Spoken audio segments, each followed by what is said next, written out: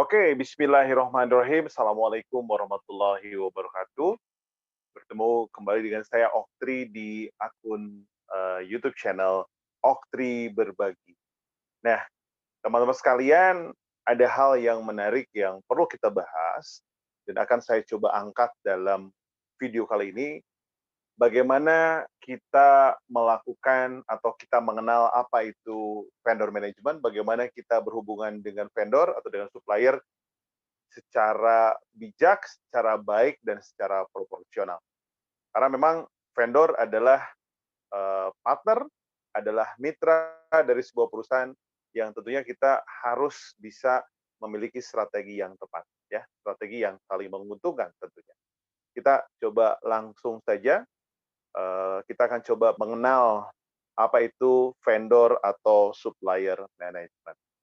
Nah, kalau misalkan mendengar kata vendor, kata supplier, itu kadang-kadang banyak orang yang beranggapan negatif bahwa, "Wah, jangan terlalu dekat sama supplier, jangan terlalu dekat sama vendor." Saya bilang, "Kenapa? Justru kita harus betul-betul bisa ya, kita betul-betul bisa melihat plus minus-nya vendor, ya. Bagaimana kita bisa, memahami vendor. Sehingga kalau misalkan kita membutuhkan barang atau jasanya dari vendor, kita betul-betul sudah siap ya dengan berbagai macam skenario yang akan dihadapi. Nah, oleh karena itu, pada video ini kita akan coba bahas satu persatu bagaimana teman-teman bisa melakukan vendor atau supplier management yang bijak, yang baik, dan proporsional. Langkah yang pertama adalah teman-teman wajib hukumnya memiliki database vendor atau basis data vendor. Artinya teman-teman sekalian coba identifikasi dan inventarisir gitu ya. Vendor yang akan menjadi mitra kita berapa banyak, vendor yang sudah jadi mitra kita berapa banyak. Nah, artinya kenapa saya bilang akan dan sudah ya. Kadang-kadang orang masih terjebak kepada vendor-vendor yang selama ini sudah jadi mitra kita saja. Padahal setiap saat, setiap tahun, kalau kita ngobrol dengan Kementerian Hukum dan HAM, itu setiap saat akan banyak sekali pengajuan, usulan untuk pendirian perusahaan baru. Artinya, semakin banyak perusahaan baru yang datang, yang berdiri, yang hadir, berarti semakin banyak alternatif vendor yang bisa kita jadikan sebagai mitra. Sedangkan khusus untuk vendor yang sudah menjadi mitra, ya teman-teman pun selalu update ya. Mereka itu apakah bisnisnya sudah berkembang, ada diversifikasi usaha, atau masih itu saja bisnisnya mereka. Yang kedua adalah lakukan vendor analysis and risk assessment. Ukur gitu ya, dianalisis vendor mana yang masuk ke dalam kategori sangat baik, vendor mana yang masuk kategori baik, vendor mana yang masuk kategori cukup, vendor mana yang masuk kategori kurang, dan vendor mana yang masuk kategori blacklist atau tidak direkomendasikan menjadi mitra kita. Nah, karena tentunya di sana ada risk assessment ya, melakukan pengukuran risiko terhadap vendor-vendor yang ada selama ini ya, baik itu vendor existing maupun vendor potensial. Ini untuk mengantisipasi, menghindari jangan sampai teman-teman nanti ya ada kesan vendor yang kita jadikan sebagai mitra 4L, lu lagi gitu. Padahal sebenarnya dari sisi apa namanya ekspektasi kita terhadap kinerja mereka tidak terlalu bagus. Tapi karena kedekatan emosional jadilah seperti itu ya. Mudah-mudahan tidak muncul masalah akibat kita salah melakukan analisis vendor dan kita tidak mengukur potensi risikonya apa saja. Yang ketiga, nah ini dia, teman-teman harus melakukan seleksi vendor. Ya, seleksi vendor ini tentunya untuk menentukan, kan sekian banyak vendor ada ya, memberikan penawaran kepada kita, memberikan janjinya kepada kita, menunjukkan portofolio dan juga pengalaman yang bersangkutan. Ya teman-teman harus memilih satu, atau bahkan misalkan ini, saya nggak mau milih satu vendor Pak, saya mau milihnya 2 atau 3. Oke, dari mana nih? Oh, dari 100 calon vendor, mangga. Ya, gunakan mekanisme yang terukur, terkendali, dan juga fair. Ya, itulah langkah kita melakukan vendor management. Lakukanlah vendor selection. Dan tentunya pada saat vendor selection ini dijalankan dengan baik, kita tidak akan kesulitan ya untuk bisa bekerja sama. Kita bisa terhindar dari vendor-vendor yang mohon maaf ya, apa lu gada, apa lu mau gua ada gitu ya. Dia tidak punya spesialisasi khusus. Atau apa yang terjadi, dia seolah-olah jadi vendor apa? Vendor yang memiliki spesialisasi hanya memenangkan tender. Setelah dia menang tendernya, lalu apa yang terjadi? Dia subkontrakan kepada pihak lain. Nah, mudah-mudahan tidak sampai terjadi hal tersebut. Kemudian yang berikutnya, yang keempat adalah proses yang perlu dilakukan secara bijak dan proporsional dengan vendor adalah bagaimana teman-teman, Bapak Ibu, Akang Teteh melakukan negosiasi. Negosiasi yang saling menguntungkan. Ya, tolong dihargai, tolong digarisbawahi, negosiasi yang saling menguntungkan. Jangan sampai gitu ya, contoh kasus misalkan Bapak dan Ibu, Akang Teteh, teman-teman sudah menetapkan harga perkiraan sendirinya itu 10 juta rupiah per pieces produk gitu ya, APS-nya ya. Kemudian vendor itu sudah menawar 9.500.000 dan dia adalah vendor dengan tawaran terendah.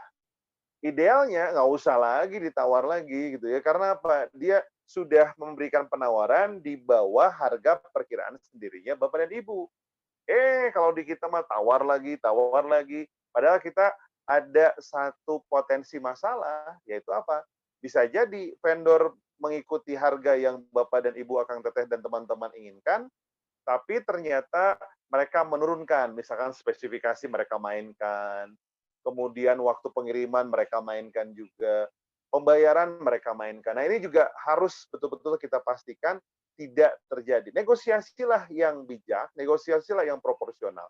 Ya, artinya negosiasi boleh sih nurunin harga dan lain sebagainya, tapi tentunya jangan sampai kita betul-betul menekan mereka dan mereka akhirnya oke, dia take it, dia ambil, tapi justru kembali lagi resikonya muncul di titik atau di sisi Bapak dan Ibu sekalian, teman-teman sekalian.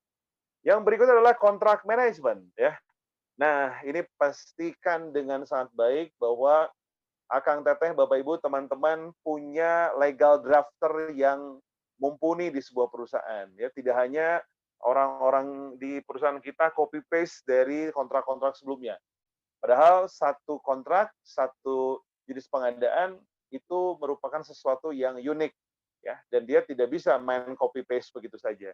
Dan pastikan teman-teman bahwa setiap isi dari kontrak antara kita dengan vendor itu betul-betul bisa dipahami, bisa dijalankan dengan sebaik-baiknya. Bahkan ada satu pasal, misalkan force majeure, pastikan deskripsi atau narasi dari pasal tersebut betul-betul clear, tidak menimbulkan ambiguitas. Nah, ini yang perlu dijadikan sebagai perhatian kita semua. Lalu yang berikutnya adalah vendor performance. Ya.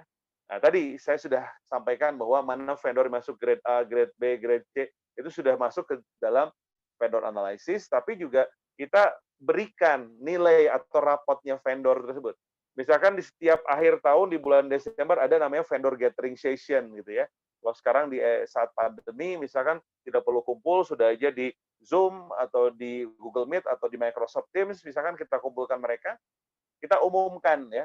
Umumkan dengan indikator yang bisa diukur dan tidak debatable. Ya, misalkan apa, oh ini vendor ini ketepatan waktunya 100%. Dilihat dari kesesuaian spesifikasinya 100%. Dan seterusnya, oh vendor ini agak sedikit bolong-bolong. Nah, itu kan enak. Mereka tidak akan melakukan apa namanya resistensi atau mereka mereject apa yang kita sampaikan karena based on data, based on evidence gitu ya, atau semuanya sudah terukur ya. Indikatornya harus bisa terukur dan menghilangkan potensi debatable. Kemudian yang berikutnya, teman-teman sekalian, adalah vendor development. Nah, memang ini agak sedikit menarik ya. Beda antara perusahaan BUMN, perusahaan BUMD, perusahaan swasta, dan lembaga pemerintahan. Ya, kalau di perusahaan swasta, ya tentunya teman-teman begitu leluasanya ya untuk anggaplah misalkan saya senang dengan vendor B karena kualitas barangnya bagus, pengiriman barangnya tidak pernah telat gitu ya. Ya sudah kita kontrak 5 tahun, kita kontrak 10 tahun. Oke, kita berkembang bersama, kita maju bersama. Mangga silahkan.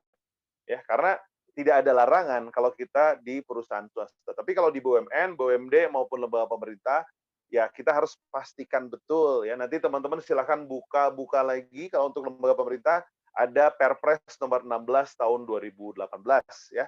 Silahkan baca secara spesifik secara spesifik ya, secara clear apa yang diperkenankan dan apa yang tidak diperbolehkan dalam konteks pengadaan barang dan jasa di Perpres nomor 16 tahun 2018. The last but not least, teman-teman sekalian mengenal tentang apa itu vendor management, apa itu supplier management, berarti teman-teman, Bapak dan Ibu akan teteh siap melakukan joint collaboration atau kolaborasi bersama antara kita dengan vendor untuk sama-sama melakukan perbaikan berkelanjutan. Nah, ini menarik ya. Jadi jangan sampai vendor seolah-olah jadi objek terus gitu ya. Kita harus jadi partner. Harus partnernya reciprocal benefit, saling menguntungkan. Sehingga kalau ternyata vendor memberikan rekomendasi, Pak, kayaknya perusahaan Bapak dan Ibu ini masalah pembayaran nggak komit nih, gimana nih? Bapak dan Ibu sudah begitu seringnya meminta kami mengirimkan secara tepat waktu, bahkan lebih awal, tapi pada saat kami meminta haknya, waduh, ternyata susahnya setengah mati. Nah, ini juga harus pastikan. Begitu juga kita dengan vendor. Jangan sampai misalkan apa, di saat presentasi unwazing begitu luar biasa menyampaikan performa, menyampaikan product knowledge-nya, detailnya, pas waktu barangnya tidak sesuai spesifikasi dihubungi susah gitu ya. Nah, artinya dua-duanya harus bisa memahami. Itulah yang kita sebut sebagai joint collaboration for continuous improvement. Terima kasih banyak teman-teman sekalian, Bapak dan Ibu.